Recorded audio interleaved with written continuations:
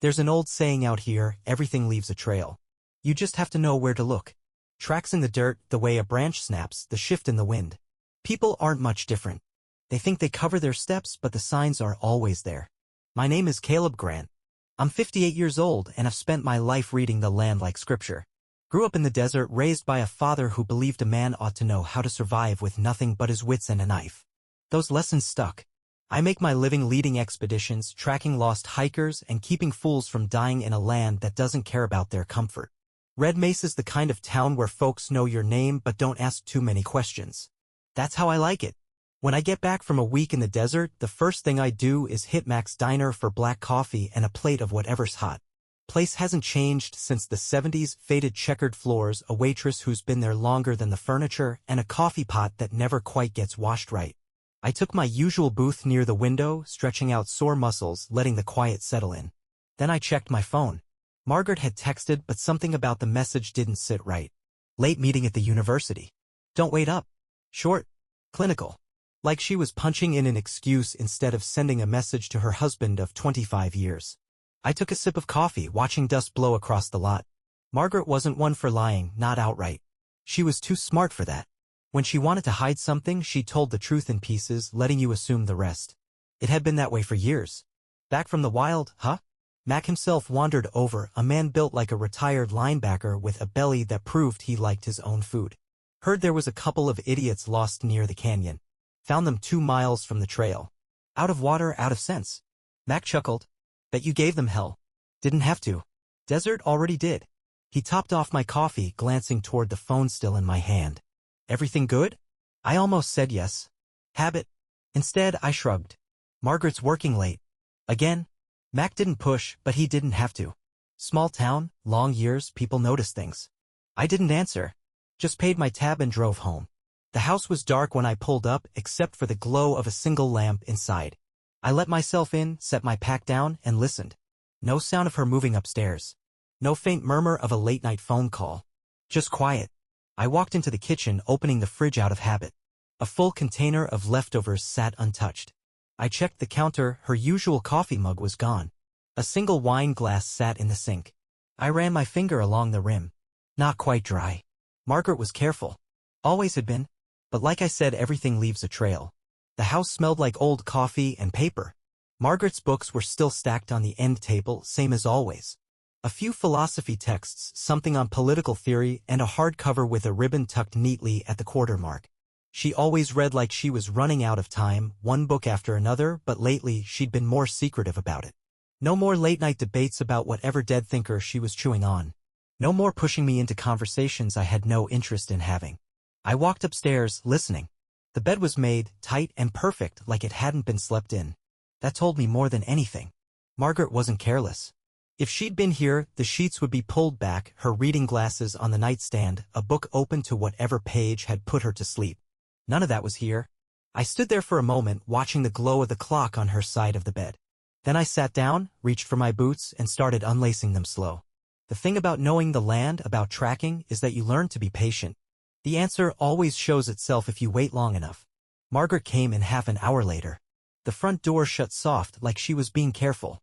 Her keys clinked against the bowl, and I could hear the pause before she walked into the kitchen. Maybe checking if I was awake, maybe making sure nothing was out of place. I listened to the fridge open, then close. A long breath. Then the sound of her heels clicking against the floor as she came up the stairs. She walked into the room like nothing was wrong. Stopped when she saw me sitting on the bed. You're back early. Got home a few hours ago. She glanced toward the bathroom, avoiding my eyes. Didn't hear you come in. I bet. Something shifted in her face, the smallest flicker. Then it was gone. She pulled the pins from her hair, letting it fall in that precise way she always did. The kind of move that used to make me stop what I was doing and watch. Now it just felt rehearsed. Long day? I asked. She nodded, setting her glasses on the dresser. Faculty meetings. Paperwork. The usual. No mention of the late night, no explanation. She wasn't offering, and I wasn't asking. Not yet. I stood up, stretched. Gonna take a shower. Okay. She climbed into bed, flipping open a book like it was any other night. I watched her for a second before heading into the bathroom. I didn't need to check her phone. I already knew. A man doesn't get to my age, spend his life watching the way things move, and miss the signs when they're right in front of him. Margaret had left a trail and now it was just a matter of following it. The next morning I stopped by Max again, but this time I had a different reason. Frank Dawson was there, same booth as always, his hands wrapped around a cup of coffee like he was keeping it from running away. The man looked like he hadn't slept in years. Frank used to be an accountant for the kind of people who don't like questions. After things went bad, he made himself small, kept his head down, and tried to pretend he wasn't looking over his shoulder.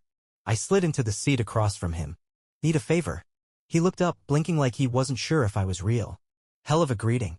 You used to be good at following paper trails. Still good. Frank shifted in his seat. Depends on what kind. The kind that tells me where my money's going. He exhaled slow, rubbing his face. You think she's spending it on someone else? I didn't answer. I didn't have to. Frank nodded to himself, looking out the window. All right. Give me a couple days. That was all I needed. Margaret had left a trail and now, step by step, I was going to see exactly where it led. Frank called 2 days later. Didn't waste time on pleasantries. You were right. Money's moving. I had him meet me at the old gas station off Route 17, the one that hadn't sold fuel in a decade but still had a payphone out front and an ice machine that probably hadn't been stocked since the Bush administration. He pulled up in a beat-up sedan, stepped out, and looked around like someone might be watching. Frank was always like that. Man spent too much time dealing with people who thought paranoia was a survival skill. I leaned against my truck, arms crossed. Talk. He handed me a folded printout. Couple of hotel stays in Phoenix. Nothing local, smart. She's got a separate account, transferring funds every few weeks. Small amounts, nothing that screams affair money outright, but if you line it up with the dates, it's not hard to see the pattern. I glanced over the paperwork. The numbers were neat, methodical. Margaret always was. Frank sniffed, rubbing the back of his neck. She's careful, but the guy? Not so much. Victor Lucchesi. Foreign businessman, high profile enough that his name pops up in some interesting places. Real estate, imports, some investments. Likes to stay in high-end places but runs a lean paper trail. That usually means cash, offshore accounts, or both. I folded the paper, tucked it into my jacket. You find anything on him I can use? Frank hesitated. He's got money but not as much as he pretends to. He's leveraged. A couple bad deals, some failed ventures overseas. The kind of guy who talks like he's untouchable but sweats when the wrong people start asking questions. He paused. If you wanted to put the screws to him, it wouldn't be hard. That was all I needed to hear. Margaret had picked a man who played at being something bigger than he was. A man who didn't realize just how quickly the ground could shift beneath him. Frank watched me, uneasy. What's the plan here, Caleb? Just setting things right. Frank exhaled through his nose. You know I don't need to be involved in any of this, right? You already are. That shut him up. He knew better than to push. He left and I stayed, watching dust swirl along the empty highway. The next step was simple. Victor had money problems and men with money problems could always be made to take a bad deal. I made a few calls, using a name that wasn't mine, setting up a business opportunity that was too good to pass up. Something quick, something that required fast investment. A risk that a man with more sense wouldn't touch, but Victor wasn't that kind of man. By the time Margaret came home that evening, I was sitting on the porch, boots up on the rail, watching the sun dip behind the hills. She pulled in, stepped out, and adjusted her bag on her shoulder like she was bracing for something. I didn't say a word as she walked up the steps. You're home early, she said. I took a slow sip of coffee, let the moment stretch. Yeah. Thought I'd enjoy the evening. She hesitated, then nodded, pushing open the screen door. I listened to her footsteps fade inside, the creak of the floor as she moved through the house. I could almost hear the gears turning in her head. Margaret was good at control, good at keeping things neat. But control's only worth something when you're the one holding the reins. She didn't know it yet, but those reins were already out of her hands. All I had to do now was tighten them. Victor took the bait faster than I expected. Men like him always did. They spent so much time thinking they were the smartest person in the room, they never stopped to ask who built the damn room in the first place. Frank called me 3 days later, voice tight. Your boy's in. I was standing outside the hardware store, picking up a few things for the cabin when the call came in. I stepped away from the entrance, lowering my voice. How much? 50 grand. Wired this morning. Whatever ghost company you set up must have looked real good to him. Frank exhaled, low and sharp. He didn't even hesitate, Caleb.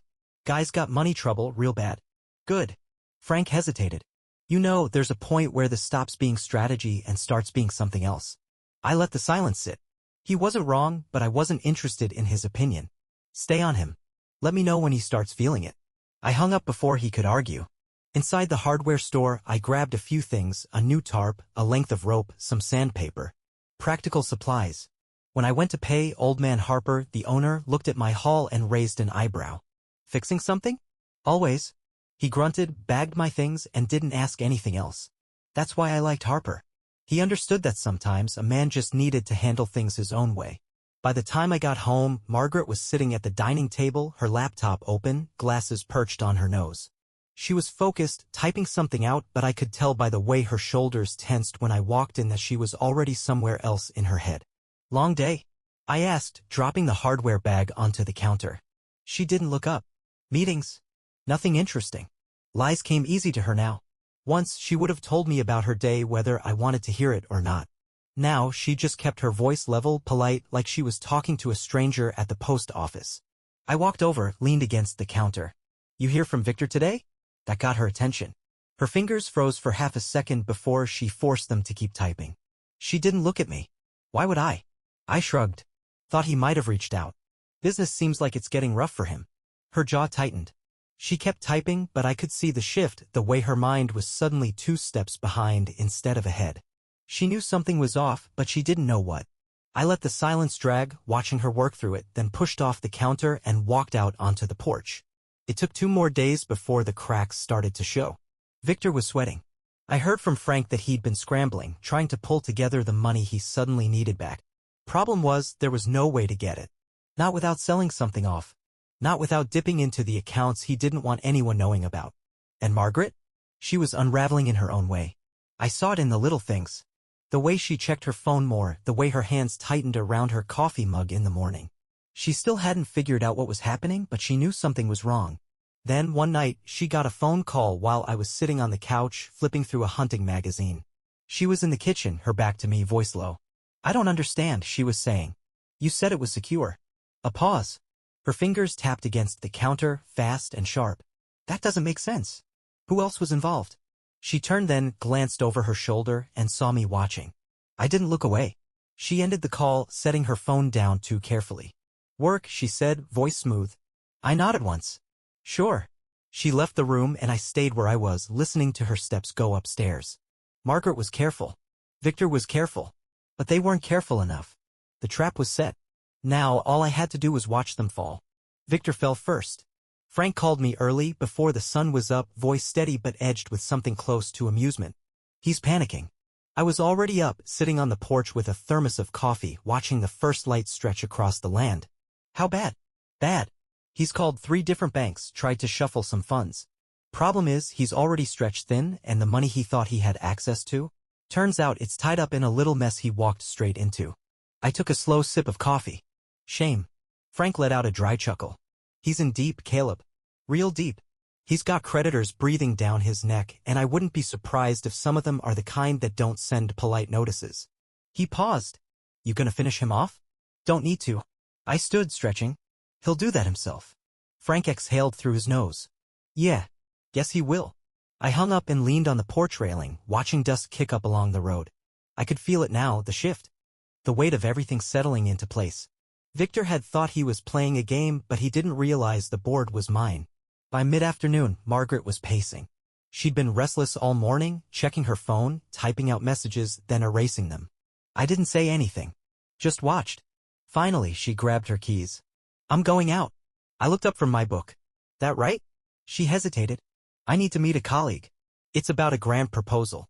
The lie was almost impressive, the way it came out so smooth, so practiced. I nodded. Drive safe. She left, and I waited exactly 3 minutes before getting in my truck. She wasn't hard to follow. She took the highway toward Phoenix, driving like she had somewhere to be but didn't want to be seen getting there. I kept my distance, letting the miles roll by. She pulled into a parking garage downtown, the kind attached to expensive offices with polished floors and people who thought wearing a suit made them important. I parked across the street, took my time. 15 minutes later, she stepped out onto the sidewalk, and there he was, Victor. He looked different now. Stressed. The easy confidence was gone, replaced with something raw. He spoke fast, hands moving as he tried to explain something. Margaret's face was tight, controlled, but I could see the cracks. I walked across the street, slow and steady. I wanted them to see me. And they did. Victor noticed first.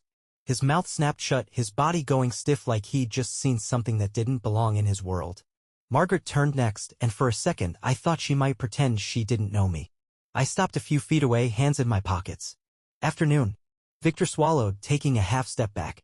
Margaret's face barely moved. Caleb, she said, careful. I glanced at Victor. Something wrong, pal? He didn't answer. He was already looking for an escape route. I let the silence stretch, let them both feel it. Margaret lifted her chin. What are you doing here? I looked at Victor again, real slow. Think I should be asking you that. Victor's hand twitched at his side. This isn't. I cut him off. Not your turn to talk. He shut up. Margaret's mask slipped, just for a second. You've been following me. I shrugged. Didn't have to. You left a trail. I turned back to Victor. How's business? His jaw tightened, but he didn't answer. Smart. I took a step closer, dropping my voice just enough. You thought you were the one holding the cards, didn't you? Thought you could roll in, play the mystery act, and walk away clean. I shook my head. You didn't even see it coming. Victor exhaled sharp, forcing himself to stand straighter. You don't know what you're talking about. I smiled, but there was nothing warm in it. Yeah, I do. I leaned in just enough. You're broke. That fancy life you parade around? It's crumbling. And now, thanks to some bad decisions and even worse judgment, you're about to go under completely. I let the words sink in. Tell me, Victor. Who do you owe money to? Who's going to come knocking when they realize you can't pay up? His face went pale, and that told me everything I needed to know. Margaret took a sharp breath. Caleb, stop it. I turned to her. Stop what? Telling the truth? Should have thought about that before you started lying. She opened her mouth, then shut it. Victor took another step back. This is between me and Margaret. I laughed once, quiet. Not anymore. The weight of it settled over them both. Margaret clenched her jaw. What do you want? I glanced at Victor. I already got it. Then I turned back to her. As for you? You'll find out soon enough. I walked away, leaving them standing there in the middle of their mess, right where they belonged. I let them stew in it. Margaret came home late that night, moving through the house like a ghost, like if she was quiet enough, she could slip past me without confrontation. I didn't stop her. Not yet. Let her sit with it, let her wonder how much I knew, how deep the knife had already gone. She didn't sleep, though she tried to pretend otherwise. I heard the sheets rustle, heard her shifting every few minutes. Her breathing never settled. In the morning, she was up before me, already dressed, coffee cup clutched too tight in her hand. She didn't look at me when I stepped into the kitchen, but I could feel the weight of whatever argument she'd built overnight pressing down between us. You had no right, she said finally, voice low. I took my time pouring coffee. No right to what? Her fingers curled around the mug like she wanted to break it. To interfere. To follow me. To whatever it is you think you're doing. I took a slow sip, let the heat settle. That's rich coming from you. She exhaled sharply, turning to face me. I'm not doing this. Sure you are, I said, setting my mug down with a quiet thud. You don't get to rewrite the rules just because you don't like how the game's ending. Her jaw tightened, but she didn't argue. She was smart enough to know she'd lose. I stepped closer, my voice even. How long? She didn't answer. How long, Margaret? Her lips pressed together, then she forced herself to meet my eyes. 6 months. I nodded. That was about what I figured. She watched me, searching for a reaction, waiting for some explosion, some outburst, something to justify the guilt she barely let herself acknowledge. I gave her nothing. Instead, I leaned against the counter. He's finished, you know? Her breath hitched, but she didn't break eye contact. He'll be bankrupt in a month, I continued. Maybe less, depending on who he owes. And if those people decide they want something more than an apology? Well, I shrugged. Not my problem. Her throat worked, like she wanted to say something, wanted to defend him, maybe even herself, but she knew better. I let the silence stretch. Then finally, I filed the papers yesterday. The blood drained from her face. She gripped the counter like it was the only thing keeping her upright. You. Divorce is a hell of a thing, I said. You lose a lot. But I made sure you'd lose more. I took another slow sip of coffee. You're keeping the debt, by the way. All those little financial games you played? They're in your name. Her eyes flickered with something close to panic. That's not it. It is. I set my mug down. You walked into this thinking you were the smart one. That I'd never see it coming. I let out a breath, shaking my head. You don't know me at all. Margaret was unraveling now, grasping at anything that might still be in her control. I built a career. You can't just. You built a lie, I corrected. And now it's falling apart. She shook her head, anger flashing through her features, the last thing she had left. You always did this. Acted like you were above it all. Like the world was something you could control if you just sat back and waited long enough. Well, congratulations, Caleb. You won. I studied her, this woman I'd spent 25 years with, the woman I thought I'd grow old next to, and saw nothing I recognized anymore. I didn't win, I said finally. You lost. I grabbed my keys off the counter, stepping past her without looking back. By the end of the week, she was gone. Victor disappeared not long after, tail tucked between his legs, the weight of his bad choices finally dragging him under. Some said he skipped town, others said worse. I didn't care enough to find out. The house was mine. The land was mine. And for the first time in a long time, I was exactly where I was supposed to be. 2 weeks after Margaret left, I drove out past the ridge, up into the hills where the signal dropped and the only thing you could hear was the wind cutting through the rock. I parked at the overlook, stepped out and leaned against the hood, letting the heat from the engine seep through my shirt. There was a time I thought I'd die married. Not because I believed in fairy tales or soulmates, but because I figured that's just how things went. You built a life, you made it work, and you stuck it out. Turns out, that's only true if both people are playing by the same rules. Margaret had sent one last email. I didn't read it. Just dragged it straight to the trash where it belonged. She didn't fight the divorce. Couldn't. She was too busy trying to salvage what was left of her reputation at the university, too busy dodging creditors and scrambling to clean up the mess she never saw coming. I heard she was moving to California. New job, fresh start. Good for her. Victor? He went underground. Sold off what he could, paid off who he had to, and disappeared before worse men came knocking. I had no doubt they would. Frank met me for coffee at Mac's a few days after it all wrapped up. He sat across from me, stirring too much sugar into his cup like he was trying to dissolve something heavier than granules. So, he said finally, that's that. Looks like it. He sipped his coffee, then squinted at me. You don't seem real triumphant. I shrugged. Nothing to celebrate. He nodded like he understood, but I could tell he didn't, not really. Margaret thought I did this for revenge. That I wanted to hurt her the way she'd hurt me. But the truth was simpler. I didn't want revenge. I wanted balance. I wanted the world to tip back to where it was supposed to be, to make sure the people who played their games understood that actions had weight. I finished my coffee, left a few bills on the table, and stood. Take care, Frank. You too, he said, watching me like he wanted to say more but knew better. I walked out into the dry heat, got in my truck, and pointed it toward open country. That night, I sat on my porch, watching the sky shift from blue to orange, listening to the desert settle into its quiet. The land doesn't keep secrets. It remembers everything, every footstep, every broken branch, every misplaced stone. It doesn't punish, doesn't forgive. It just waits, patient as time itself, knowing that the weight of what you've done will always catch up to you in the end. Margaret and Victor had spent their lives trying to outrun the truth. Me? I didn't have to run from anything. I was exactly where I was meant to be.